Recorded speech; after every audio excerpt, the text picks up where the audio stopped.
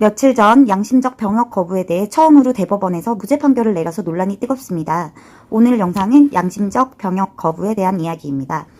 우리나라는 대한민국 모든 남성은 국방의 의무가 있다라고 법으로 정해놓았습니다. 즉 특별한 사유가 없는 한 대부분의 남성은 군 복무를 해야만 했습니다. 정당한 사유 없이 입영하지 않으면 3년 이하의 징역형까지 받았는데요. 대법원이 이번에 병역 거부한 오 모 씨에게 무죄 판결을 내렸죠.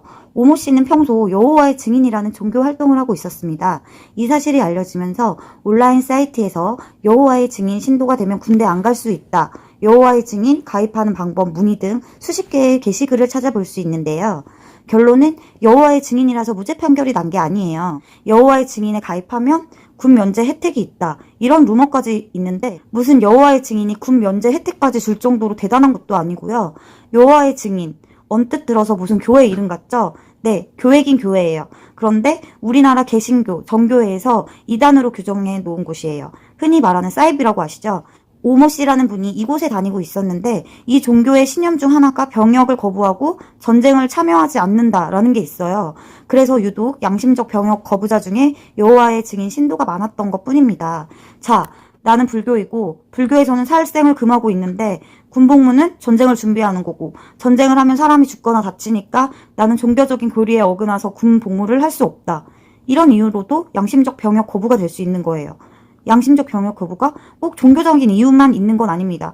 나는 무교지만 평화주의자다, 전쟁에 반대한다, 뭐 이런 이유가 될 수도 있는 거고. 그러면 도대체 양심적이라는 게 뭘까요? 양심이라는 단어 흔히 자주들 쓰잖아요. 버려진 쓰레기 사진에다가 양심을 버리셨나요? 뭐 이런 기사들도 쉽게 보이고.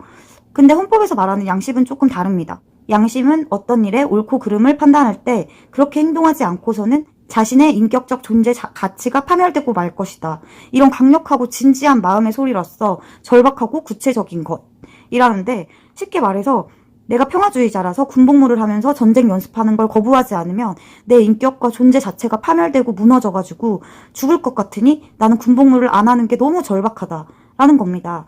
근데 이게 단순히 군복무가 싫어서인지 아니면 소신이 정말 있는 사람인지 이런 판단하는 기준이 조금 애매한 것 같아요.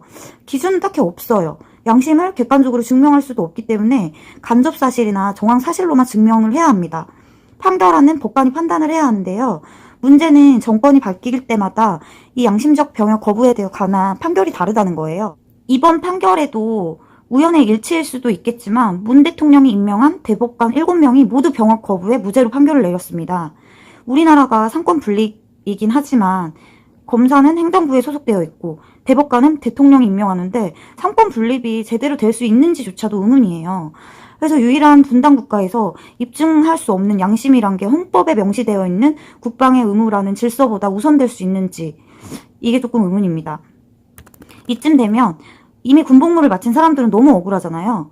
일부에서 군복무를 마친 사람한테 보상을 해라, 누구는 양심 없어서 군대 갔다 왔냐? 이제 군대 가면 바보 소리 듣겠네, 뭐 이런 목소리도 들리고 있습니다. 사실 군대는 누구나 가기 싫죠. 군 내부에서 일어나는 문제도 너무 많고.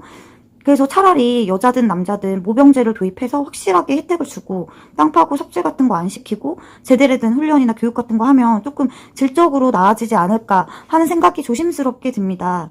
아무튼 이번 병역 거부 무죄 판결을 받으신 분은 아예 군대 안 가고 끝, 이거는 아니고요. 나라에서 병역 거부자에 대해 대체 복무 방법을 방안 중에 있다고 합니다.